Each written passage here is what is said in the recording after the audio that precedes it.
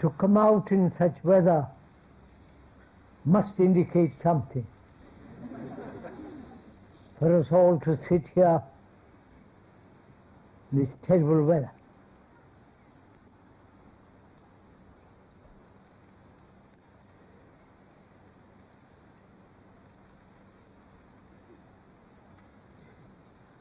This is the last dialogue together.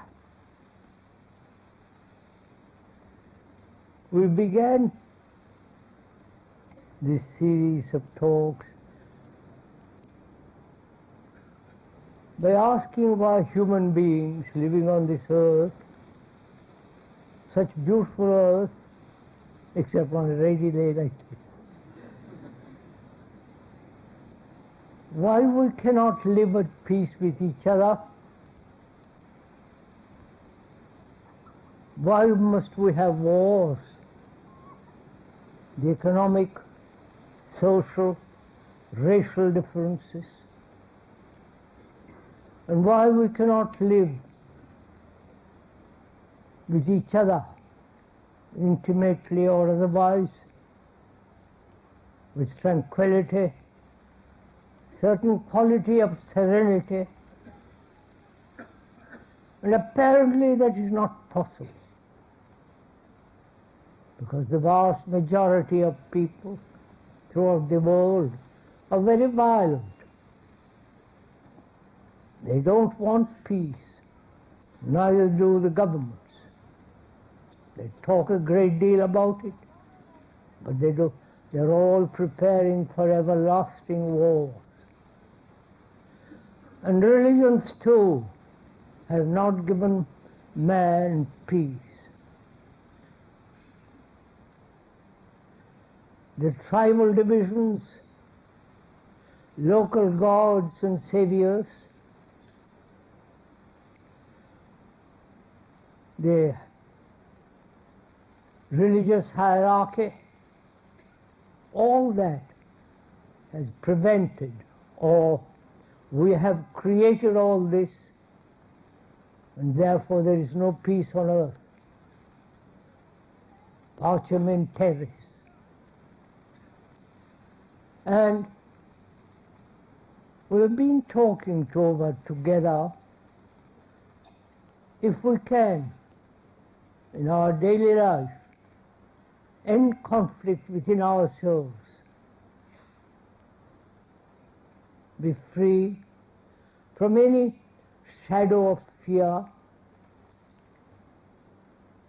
end suffering, move away entirely from this self-centered activity, which is one of the, perhaps all the major causes of conflict, not only outwardly, but also inwardly. And very, very few seem to be serious enough to go into this deeply and perhaps realize that there is a totally different way of living. And this morning, if we will together go into this question, not only of peace, but as we said, what is the origin, the beginning of all existence? Why man has become what he is? Why we are, after millennia upon millennia, we are very, very primitive psychologically, barbarous, and technologically we have advanced tremendously. And that very technology is going to perhaps destroy us too. And we ought to go together this morning and inquire seriously, is it the man's lot, inevitable, that he lived this way? Or has something gone wrong with the whole human evolution? Or is there something outside, beyond human measure, that if one can understand, go into it deeply, may perhaps open the door, open our eyes, and perhaps our hearts too, so that we may naturally, easily live a happy, serene life. That's what we are going to inquire together this morning.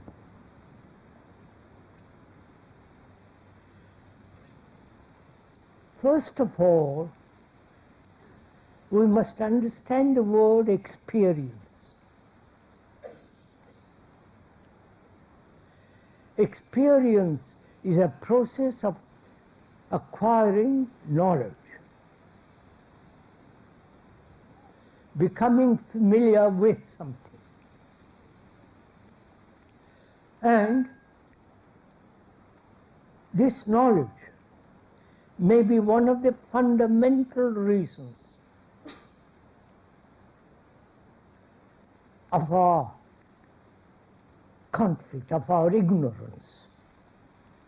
Not the knowledge of outside, technological knowledge and scientific knowledge, medical knowledge and so on, but the accumulated knowledge of humanity, which is the whole burden of the past, that may be one of the basic causes of conflict.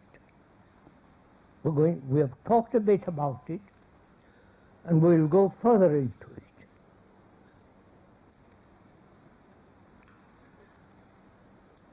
We ought to inquire together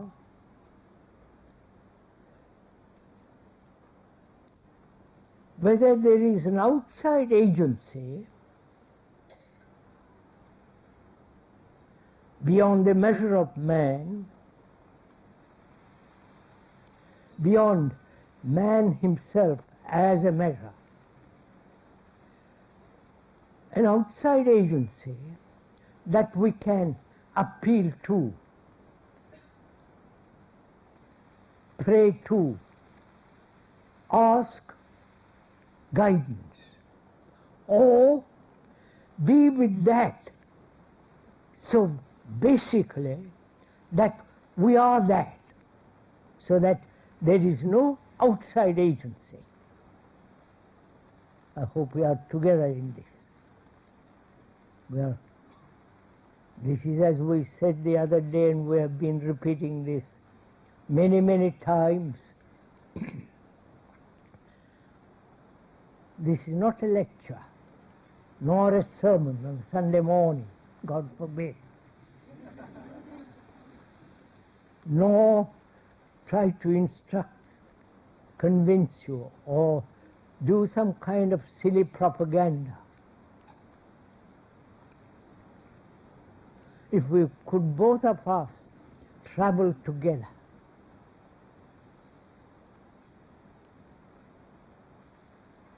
walk along together,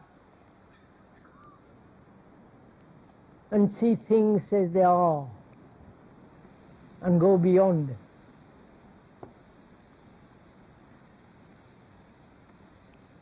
Is man the measure of all things?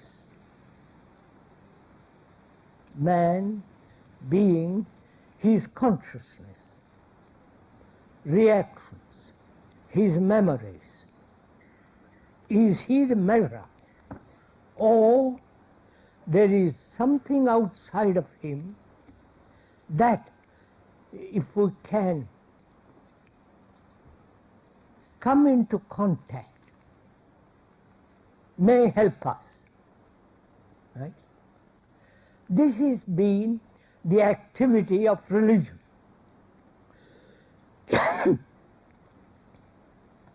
Throughout the world, from ancient of days,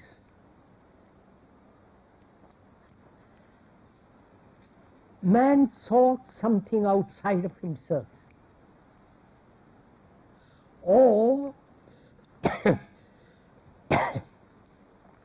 he has said, there is something divine in me, in the human, but it is covered over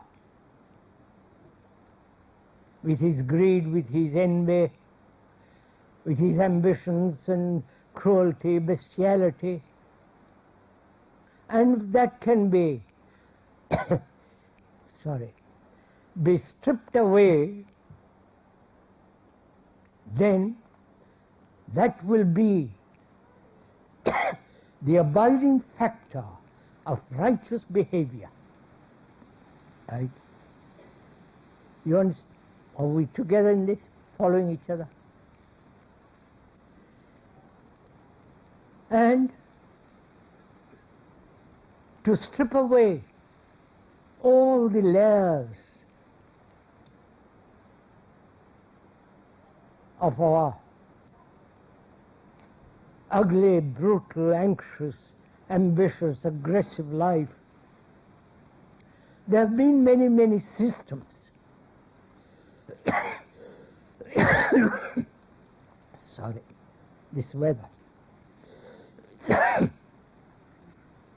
Many, many systems, many incantations.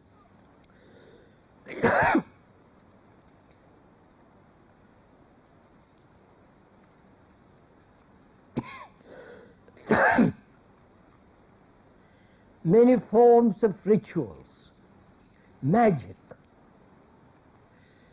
They have tried every form of physical torture,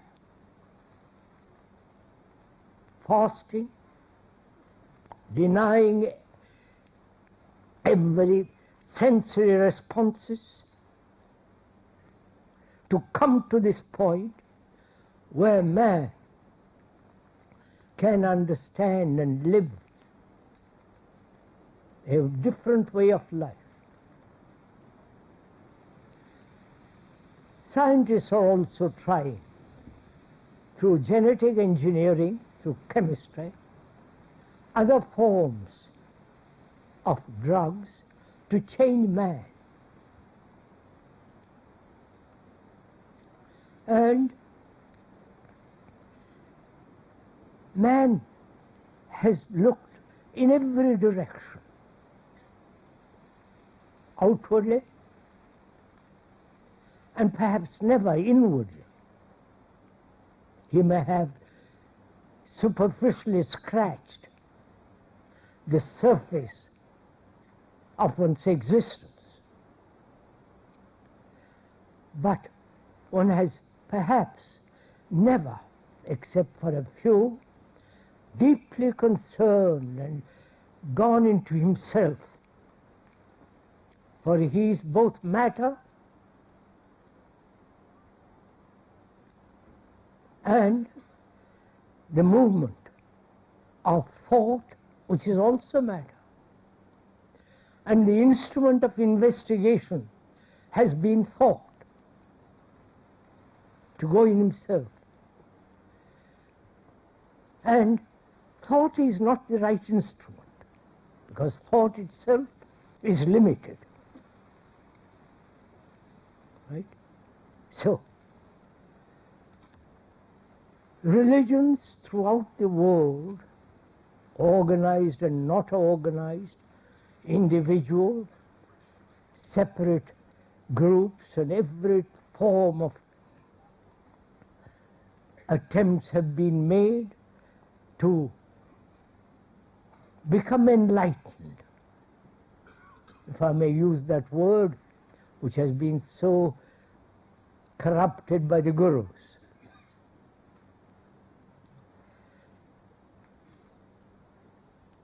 if we can put aside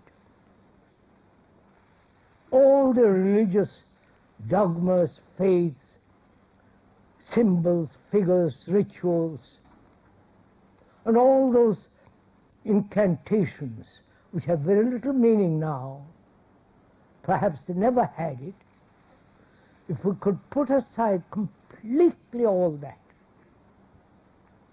not belong to any group, to any spiritual authority. Those two words, spiritual authority, is the denial of spiritual authority, spirituality. So if we could shove off all that,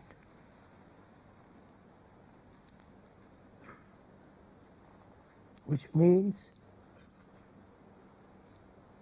be able to stand completely free, unafraid, so that we can inquire into the actual, if there is,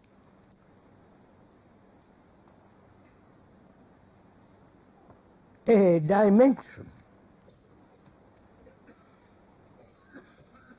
that is not the invention of thought.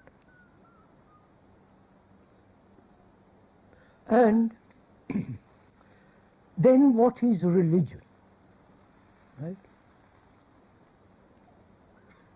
We are going to go into all this. What is the origin and the beginning of all existence? From the minutest cell to the most complex brain. Whether there was a beginning at all,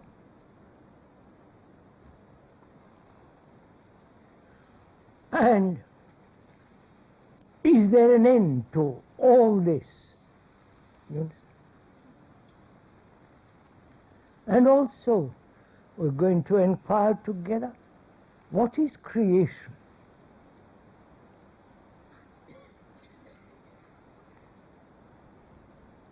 Now, to find out all this, to uncover all this, what kind of brain does one need? You understand? What kind of capacity? What kind of energy? What kind of passion that is needed to inquire, to really probe into all this? You understand?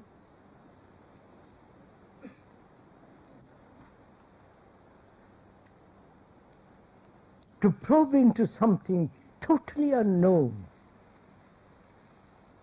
not preconceived,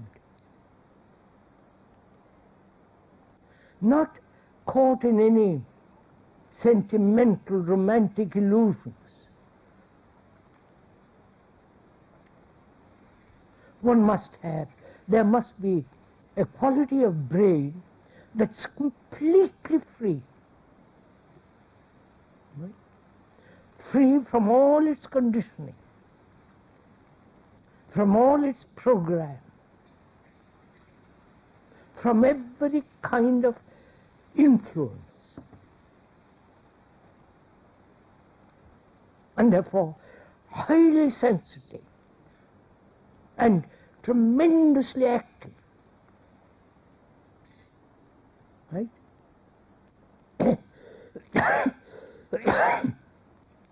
Is that possible?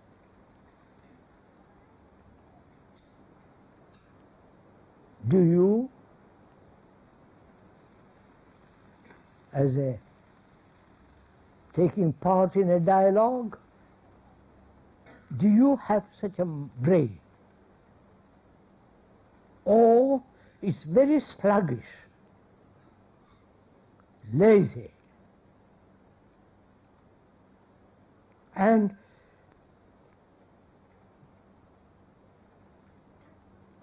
living in its own self-conceit.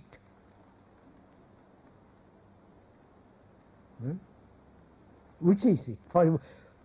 because we are going to inquire into something that demands a mind, a brain that is extraordinarily alive,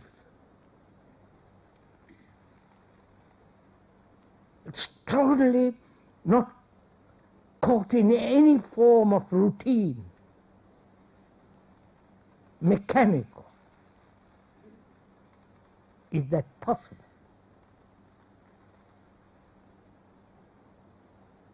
Have we such a brain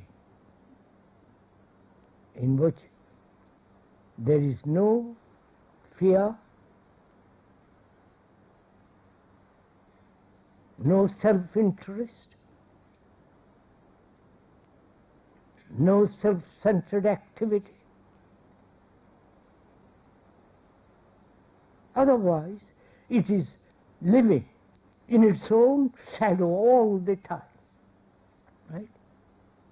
It's living in its own tribal, limited environment, field. It's like an animal tied to a stake. The tether may be very long or very short, but it is tied to a post. Therefore, its movement is limited. You may give it a very, very, very long rope, but the very length is an indication of limitation, right? A brain must have space.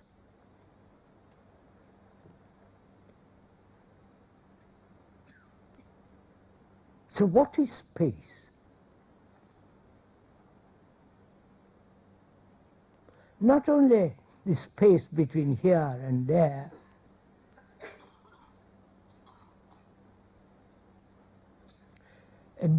space indicates without a center, right?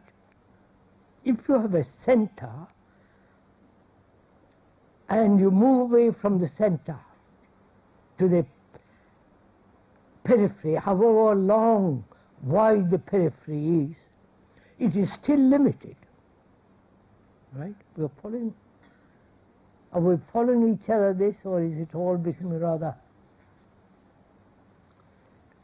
So, space indicates, does it not, where there is no center and there is no periphery. There is no boundary.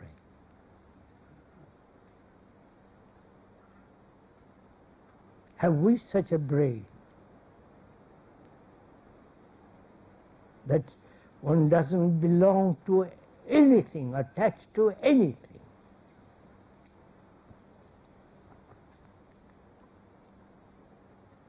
Attached to one's experience, conclusions, hopes, ideals, and so on, so that the brain is really completely free. Right? If it is burdened, you can't walk very far. It can't go very far. If it's crude, vulgar, self-centered, it cannot have measureless space.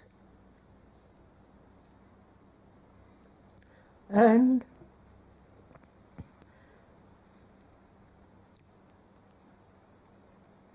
space indicates, when he's using the word very, very carefully, emptiness. Are you following? Does it interest you, all this? Are you sure, coming here, in spite of the awful rain and winds, we are communicating with each other?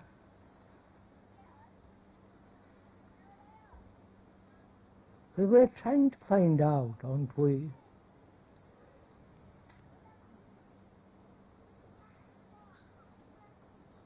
if it is possible to live in this world without any fear, without any conflict, with tremendous sense of compassion, which demands a great deal of intelligence.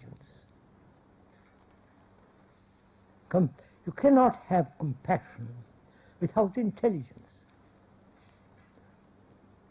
And that intelligence is not the activity of thought. One cannot be compassionate if one is attached to a particular ideology, to a particular narrow tribalism, or to any religious concepts that limits. And compassion can only come or be there when there is the ending of sorrow, which is the ending of self-centered movement. Right? So space indicates emptiness, nothingness. And that space, because there is not a thing put by thought, that space has tremendous energy. This is what the scientists too are saying. Only it is their conclusion.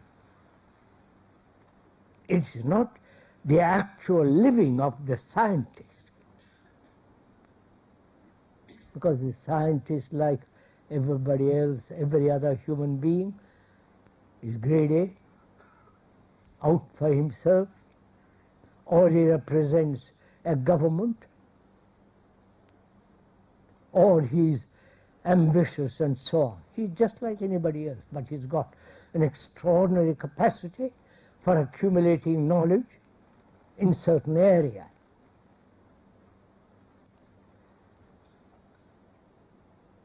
So the brain must have the quality of complete freedom.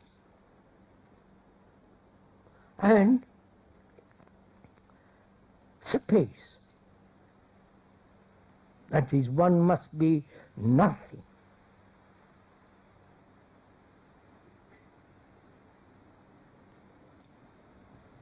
Whereas we are all something.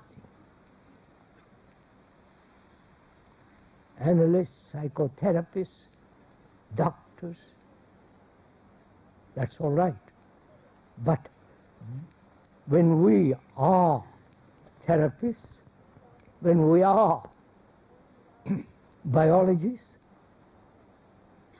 technicians, that very identification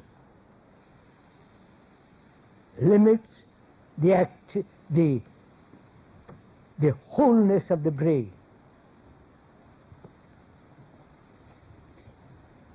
Right? Can we proceed from there? And then we can ask, only then we can ask, really, what is meditation?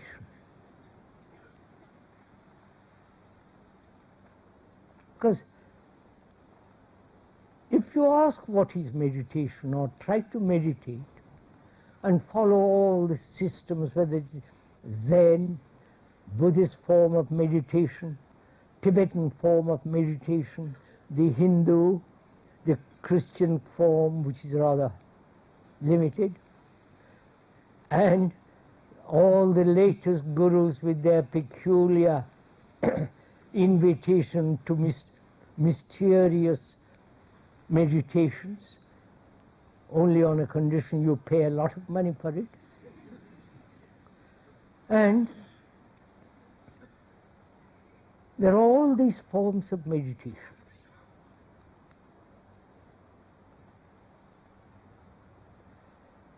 They're all based on making the brain, thought silent, making thought to be quiet, not rampant thought, right? That is, there is a controller who is going to control through systems, through practice, through daily allotted time for quietness and so on, so on. There is always the controller watching. And the controller himself is the activity of thought. Right? So they're going round and round in a circle. It's like a cat chasing its tail. And that's called meditation.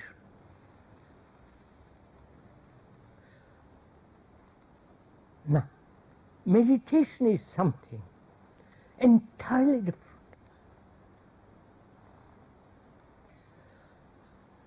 Unless one has laid the foundation of order in our life,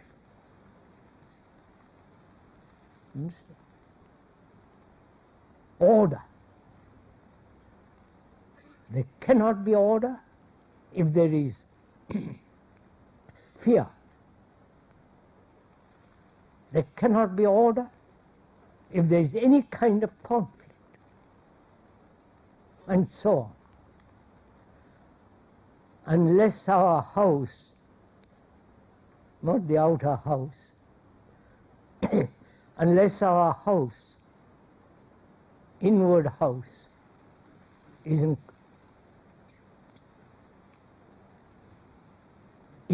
complete order. So there is great stability. No waffling around. Great strength in that very stability. Therefore, in that order, then only one can ask, what is true meditation? If the house is not in order, your meditation has very little meaning, right?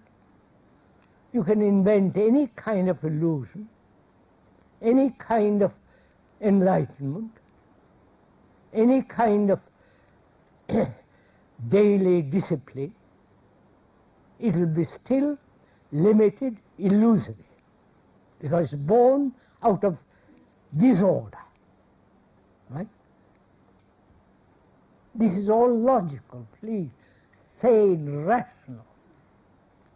It's not something the speaker has invented for you to accept.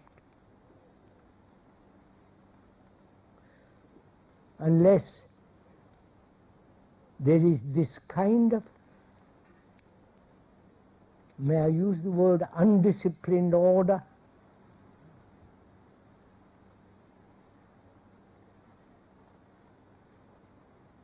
That's a good word. I'm glad I thought of it just now.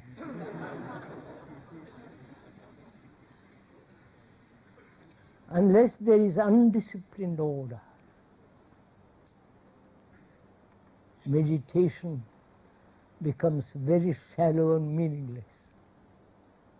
So then, what is order?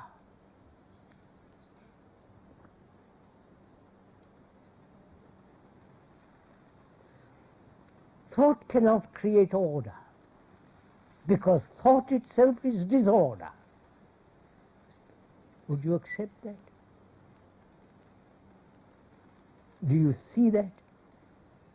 Because thought, based on knowledge, which is based on experience, all knowledge is limited, right?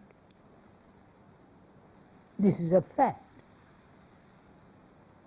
And So thought is also limited. And when thought tries to create order, it brings about disorder. Right? Do we see this actual fact? Not as a theory.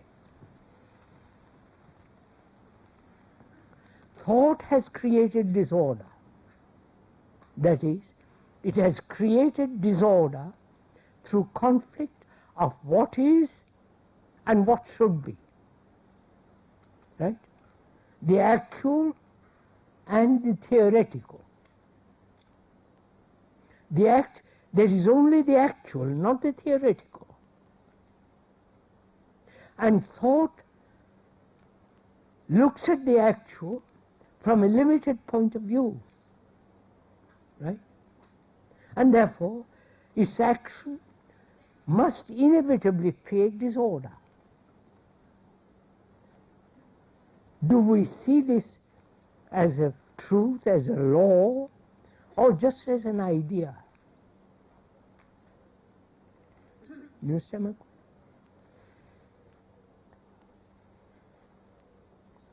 I am greedy. Suppose I am greedy, envious. That's what is. The opposite is not. But the opposite has been created by human beings, by thought, as a means of understanding what is, and also as a means of escaping from what is. Right? Are we walking together, communicating with each other? So there is only what is. And when you perceive what is without its opposite, then that very perception brings order.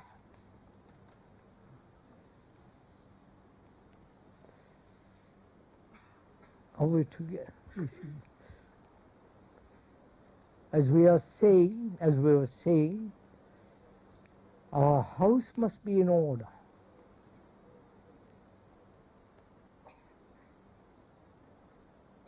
And this order cannot be brought about by thought. Thought creates its own discipline. Do this, don't do that. Follow this, don't follow that. Be traditional or not traditional, and so on. Thought is the guide one hopes to bring about order. But thought itself is limited, therefore it is bound to create disorder. If I keep on repeating for the rest of my life, I'm a British, or French, or would you like any other nationality? Or a Hindu or Buddhist, whatever it is, that tribalism is very limited. And that tribalism is causing great havoc in the world. Right? We don't go to the root of it, that is to end tribalism, not how to create better wars.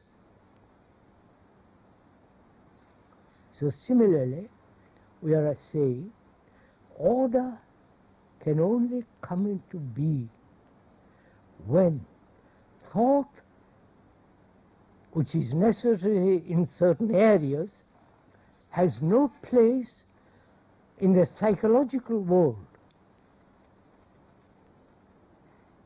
And therefore, in that world itself is in order when thought is absent. You're getting what I'm saying?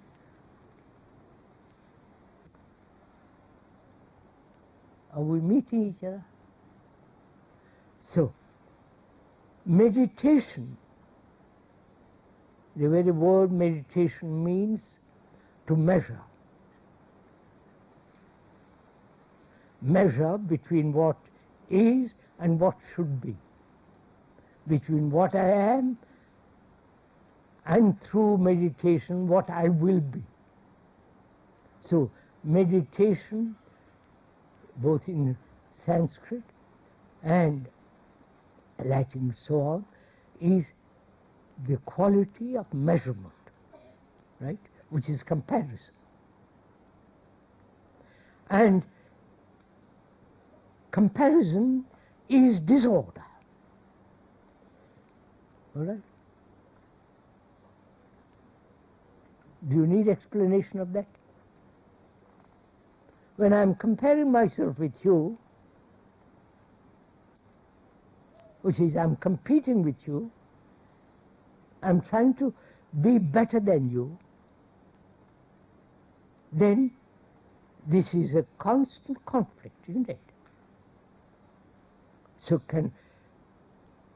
is it possible to live without any comparison?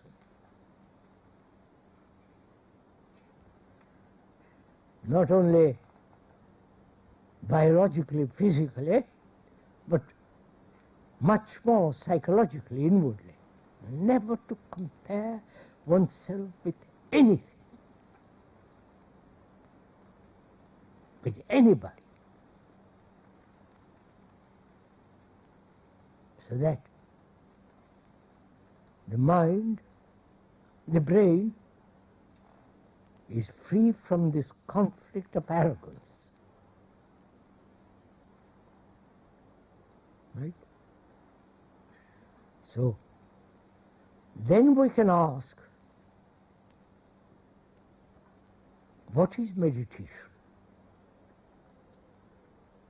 Because it's necessary to have a brain that's absolutely quiet.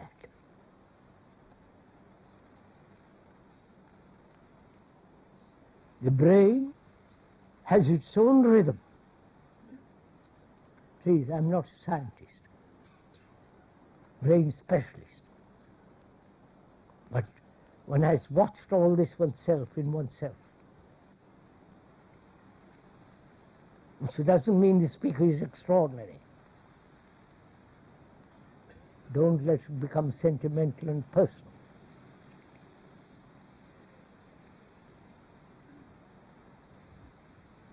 The brain is endlessly active, chattering, right? From one subject to another, from one thought to another, from one association to another, from one state to another, constantly occupied.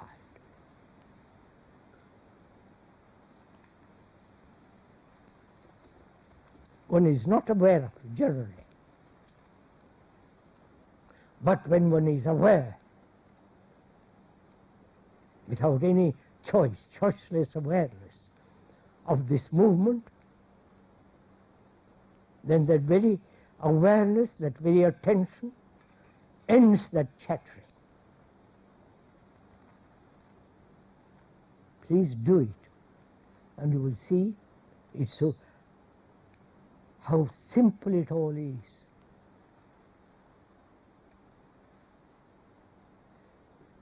So the quality of brain is that it must be free,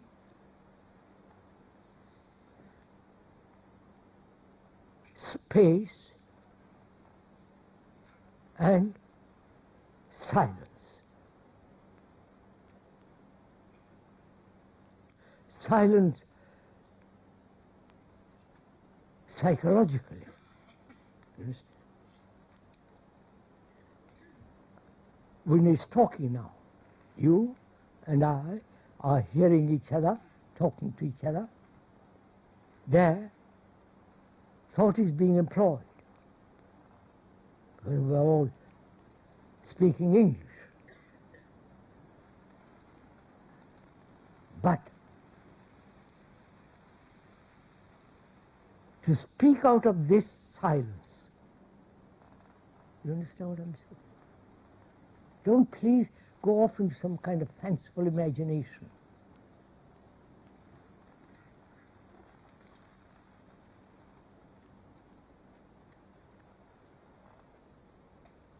this brings the question of language. Does language condition the brain? Have you ever thought about all this? Or is it all in something totally new? Does English or French or whatever, Russian or Chinese, that the very usage of those words, does it shape the brain so that it becomes conditioned?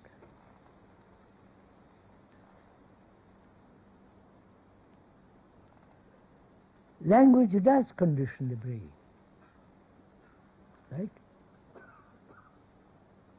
If you talk to a Russian or to a Frenchman, of course if you talk to a European, to a British or an American speaking English, if you watch, their whole outlook is limited by the language they use, right? Have you noticed all this? So, to be free of the network of words,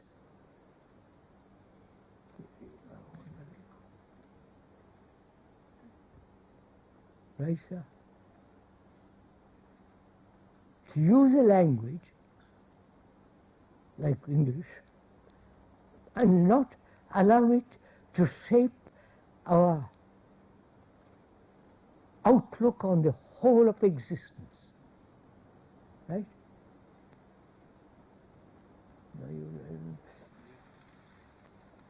Well, I see you haven't done any of these things, so it's just all something fanciful. So, not to be caught in the network of words.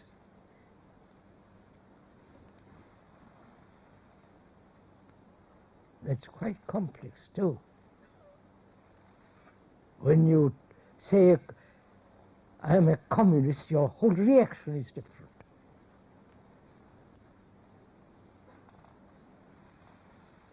As you have had a recent war in Falkland, when you talk about the Argentines, the label is more important than the person.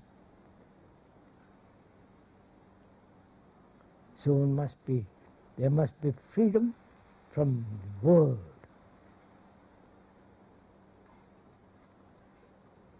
Then the brain is utterly quiet, though it has its own rhythm. Right? Now, what is then creation? What is the beginning of all this? Right? We are inquiring to that. The origin of the beginning of all life. Not only your life, but the life of every living thing. The deep down whales, the dolphins, the little fish, the minute cells, the vast nature, the beauty of a tiger. Have you ever seen a tiger in a forest? No, of course not, you won't see it. It's really the most extraordinary animal. I won't go into it, that's not this time. I nearly touched it, wild. And the living of man, from the minutest cell to the most complex man. with all his inventions, with all his illusions, with his superstitions, with his quarrels, with his wars, with his arrogance, vulgarity, with his tremendous aspirations and his great depressions. What is the origin of all this? Right? Now, meditation is to come upon this. Not you come upon it. In that silence, in that quietness, in that absolute tranquility.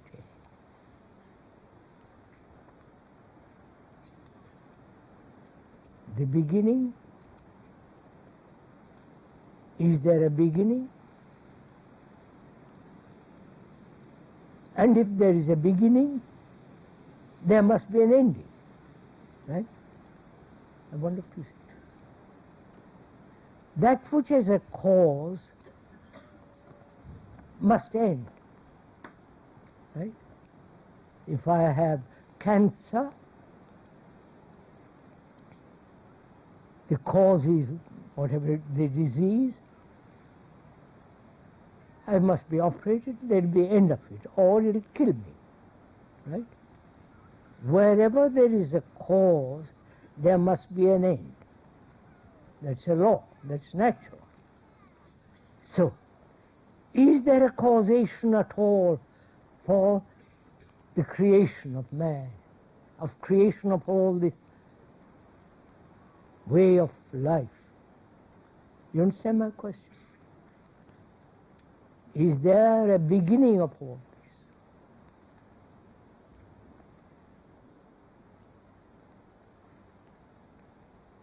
How are you going to find out? Religions have said there is God. God is the beginning and the end of all things. That's a very easy way of solving the problem.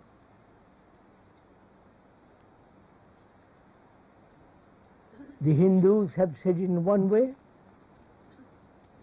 perhaps the Buddhists too, and Christianity said God. Only the fundamental belief, man has been created 4,500 years ago, right? Which seems rather absurd, because 4,500 years ago, the Egyptians invented the calendar, which means they must have been extraordinarily advanced, and so on. And if you are a fundamentalist, then you will get angry with what is being said. And I hope none of us are any kind of fundamentalists. So, what is creation?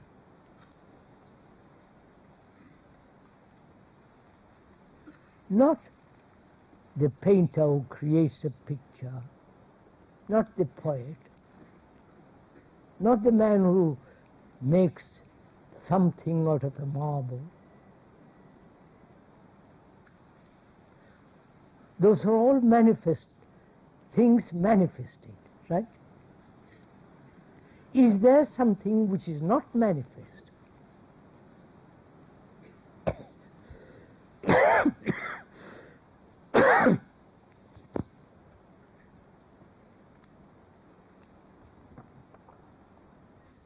Is there something? Because it is not manifested, that thing has no beginning and no end. That which is manifested has a beginning, has an end. Right? We are the manifestations, aren't we? Not of divine something, we are the result. We are the result of millions, thousands of years of so-called evolution, growth, development, and we also come to an end. That which is manifested can always be destroyed. But that which is not has no time, right? Now we are asking, asking, is there such thing as something beyond all time? This has been the inquiry of philosophers, scientists, and religious people to find out that which is beyond the measure of man, which is beyond time, because if one can discover that or see that, that is immortality, right? That's beyond death. I wonder if you understand all this. Are you following all this? Little bit at least. Try to encourage me, please. I don't want your encouragement, but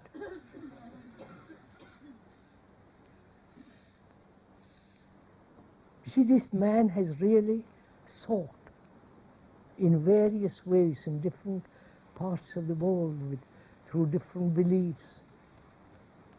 Because when once discovered that or realized that, life then has no beginning and no end.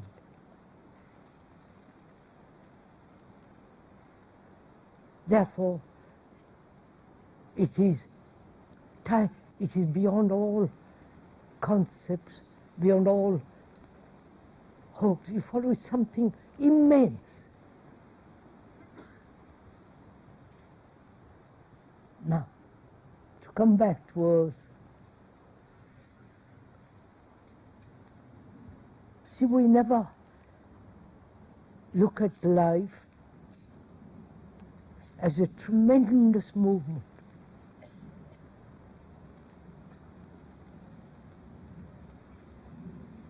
Our own life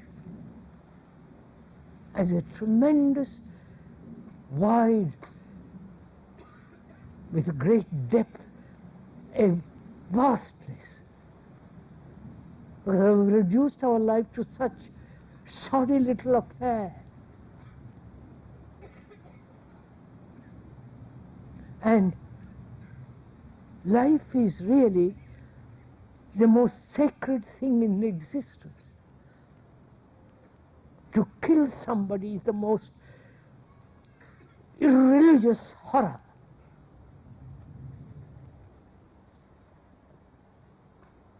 To get angry, to be violent with somebody.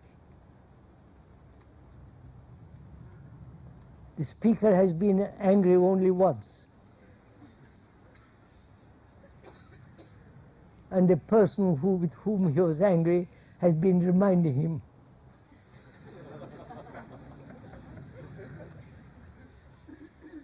So he still carry on with the anger. You understand?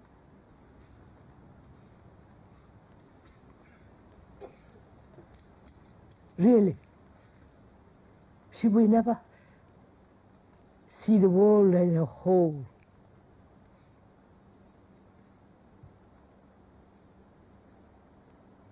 Because we are so fragmented. We are so terribly limited, so petty.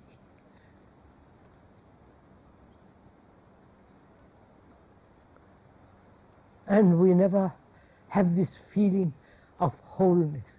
You follow? That the sea, the things of the sea, things of the earth, that nature and the skies, the universe, is part of us. Not imaginary. You can go off some kind of fanciful imagination and imagine we are the universe, then you become cuckoo. But to break down this small self-centered interest, to have nothing of that, then from there you can move infinitely.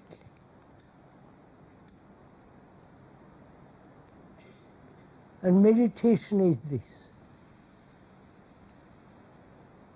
Not just sitting cross-legged or standing in your head or do whatever one does, but to have this feeling of complete wholeness and unity of life. And that can only come when there is love and compassion.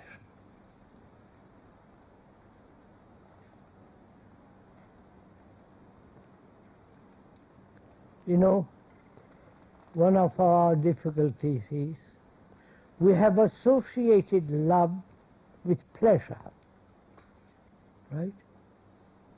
Sex. And love also, for most of us, means jealousy, anxiety, possessiveness, attachment. That's what we call love. So, is love attachment? Is love pleasure? Is love desire? Is love the opposite of hate? If it is the opposite of hate, then it's not love, right? Do you see this? All opposites contain its own opposite, right? When try to become courageous, that courage is born out of fear, right? I wonder if you understand this. No? So, love cannot have its opposite. Love cannot be where there is jealousy, ambition, aggressiveness.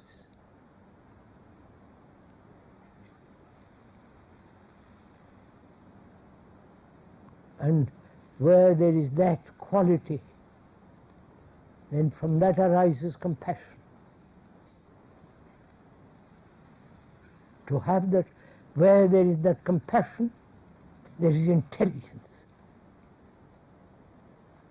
Not the intelligence of self-interest, not the intelligence of thought,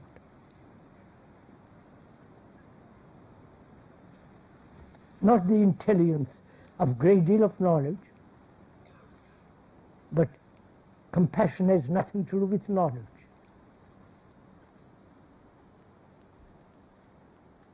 Then only that intelligence which gives humanity security, stability, vast sense of strength,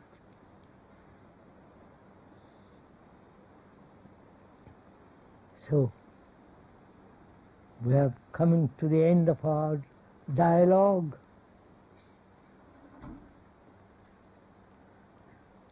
And I hope, one hopes that we'll meet again next year.